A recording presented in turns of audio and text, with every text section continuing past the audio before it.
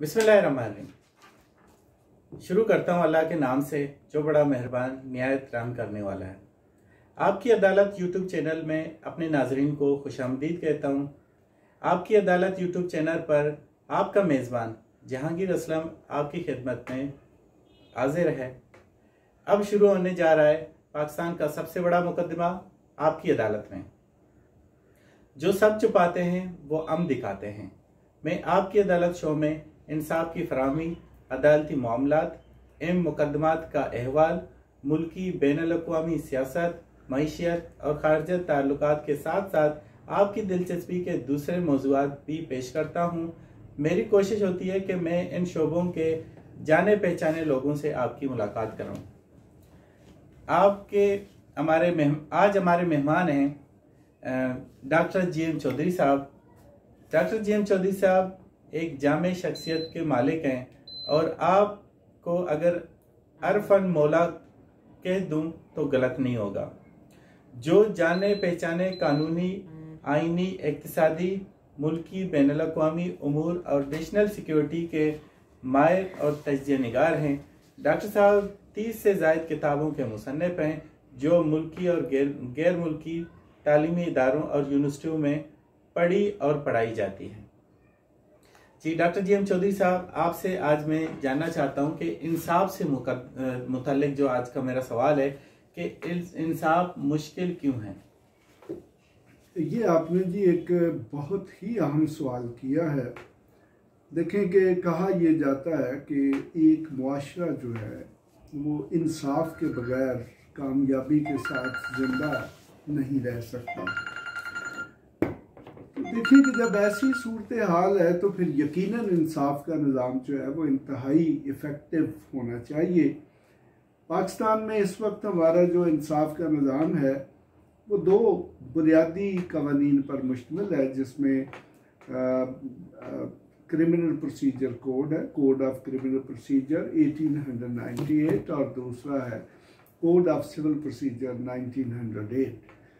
तो इनके सालों से आपको अंदाज़ा हो जाता है कि ये कितने पुराने कवानीन हैं। तो यकीनन इनमें बहुत ज़्यादा बुनियादी तब्दीलियों की ज़रूरत है। तो देखें कि जब तक कवानीन को आप जदीद तकाज़ों के मुताबिक नहीं बनाएंगे, जदीद टेक्नोलॉजीज़ का इस्तेमाल नहीं करेंगे और इंसाफ के निज़ाम में जो भी खामियां पॉइंट आउट होती हैं उनको दूर नहीं करेंगे, तो यकीनन इंसाफ का मिलना दिन ब दिन मुश्किल होता जाएगा। अच्छा डॉक्टर साहब, मैं आपसे ये जानना चाहता हूँ कि नाउम्मीदी वैसे गुनाह है, मगर पाकिस्तानी अवाम इंसाफ से नाउम्मीद क्यों हैं? और क्योंकि तासुर ये पाया जाता है कि अदालतों से इंसाफ सिर्फ अमीरों को मिलता है। मेरा ख्याल इसमें आप हवाला दे रहे हैं हमारे जो सियासतदानों के केस हैं, और ख़ास तौर पे नवाज शरीफ साहब जिन्हें सज़ा हुई है लेकिन इसके बावजूद वो लंदन में बैठकर ऐश कर रहे हैं। तो देखें, अगर आप सियासतदानों के केसों के हवाले से देखें तो फिर यकीनन आप बिल्कुल ठीक कह रहे हैं कि शायद उन्हीं को, अमीर लोगों को, बाअसर लोगों को इंसाफ फौरी तौर पर मिलता है। जहाँ तक गरीब लोगों का ताल्लुक है तो उनका तो ये आलम है जी कि अगर किसी जुर्म की सज़ा 3 साल है तो अक्सर लोग 6-6 साल जेलों में पड़े रहते हैं, उनकी ज़मानत तक नहीं होती या उनके मुकदमात का फैसले नहीं होते। आपके सामने ऐसी मिसालें मौजूद हैं कि सुप्रीम कोर्ट ऑफ पाकिस्तान में ऐसी अपीलें पेश हुई कि जिनमें जो सज़ा याफ्ता लोग थे या तो उनका इंतकाल हो चुका था या वो अपनी सज़ा पहले से पूरी करके जेलों से जा चुके थे। तो देखिए, अगर इस किस्म की सूरत हाल होगी तो फिर यकीनन इंसाफ के निज़ाम पर कोई भी एतबार नहीं करेगा।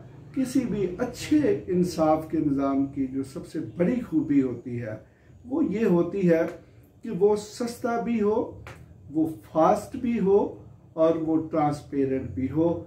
एक हम कहते हैं fair trial, rule of law.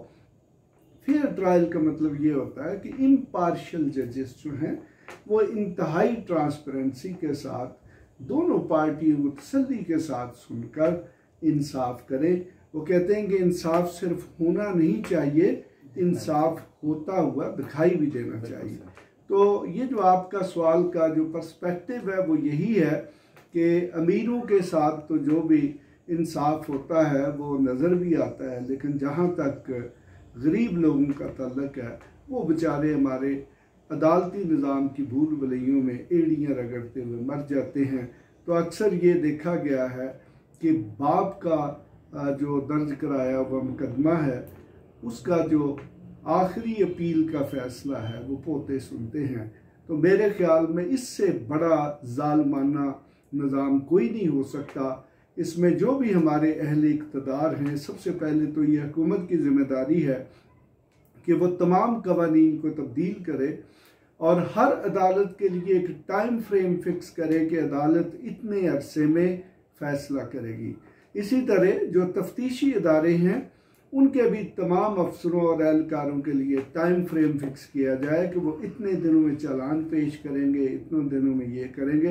यानी कि हर फॉर्मेलिटी जो है, हर रिक्वायरमेंट जो है वो टाइम बाउंड होनी चाहिए, उसमें किसी के पास कोई डिस्क्रिशन नहीं होनी चाहिए।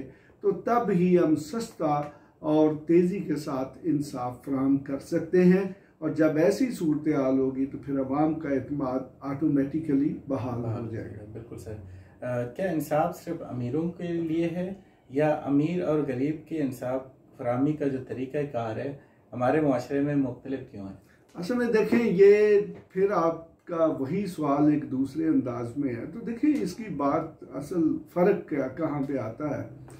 देखें कि इंसाफ आजकल बहुत महंगा हो चुका है। देखें कि अगर आप अच्छा वकील हायर करेंगे, आप बहुत बड़ी फ़ीस देंगे, बहुत बड़ा इन्फ्लुएंशियल वकील होगा, तो यकीनन वो बड़ी तेज़ी के लिए आपके साथ रिलीफ लेगा। और इसी तरह एक हमारे इंसाफ का जो बहुत बड़ा सेटबैक है, एक बहुत बड़ा मसला है कि जो बड़े बड़े चैम्बर्स हैं वहाँ से जजेस को हाई कोर्ट्स और दूसरी अदालतों में एलिवेट करवाया जाता है, और फिर उन अदालतों उन चैम्बर्स से जब लोग आते हैं तो फिर उनके फ़ैसले बड़ी तेज़ी के साथ उनकी ख्वाहिशात के मुताबिक हल हो जाते हैं। तो देखें, इसका मतलब ये है कि हमारे इंसाफ के निज़ाम में बहुत सारे मसाइल हैं, उनका हल होना बड़ा ज़रूरी है। तो देखें, एक तो जब तक आप इंसाफ के निज़ाम में ये जो पैसे का अमल दखल है, असर और सूख का अमल दखल है, नॉन ट्रांसपेरेंसी का जो प्रॉब्लम है, इसको हल नहीं करेंगे, उस वक्त तक कभी भी अवाम जो है हमारे इंसाफ के निज़ाम से मुतमिन नहीं हो सकेंगे। अच्छा डॉक्टर साहब, आपका बहुत शुक्रिया कि आपने हमें टाइम दिया। आज का मुकदमा यहीं पर ख़त्म करते हैं। मज़ीद दिलचस्प प्रोग्राम देखने और हमारे चैनल को सब्सक्राइब करें और बेल आइकॉन को ज़रूर दबाएं ताकि हमारे प्रोग्रामों का अलर्ट आपको मिलते रहें। अगर आप कोई सवाल पूछना चाहते हैं तो हमारे व्हाट्सएप नंबर पर अपना वीडियो या तहरीरी मैसेज कर सकते हैं, या फिर चैनल पर अपने कमेंट्स की सूरत में अपनी राय का इज़हार भी कर सकते हैं। हमारे ईमेल एड्रेस भी आप वहां पर हासिल कर सकते हैं चैनल से, और आपको जो है ज़िंदगी के मुख्तलिफ मामलात में मुकम्मल रहनुमाई और मशावरत फराहम की जाएगी।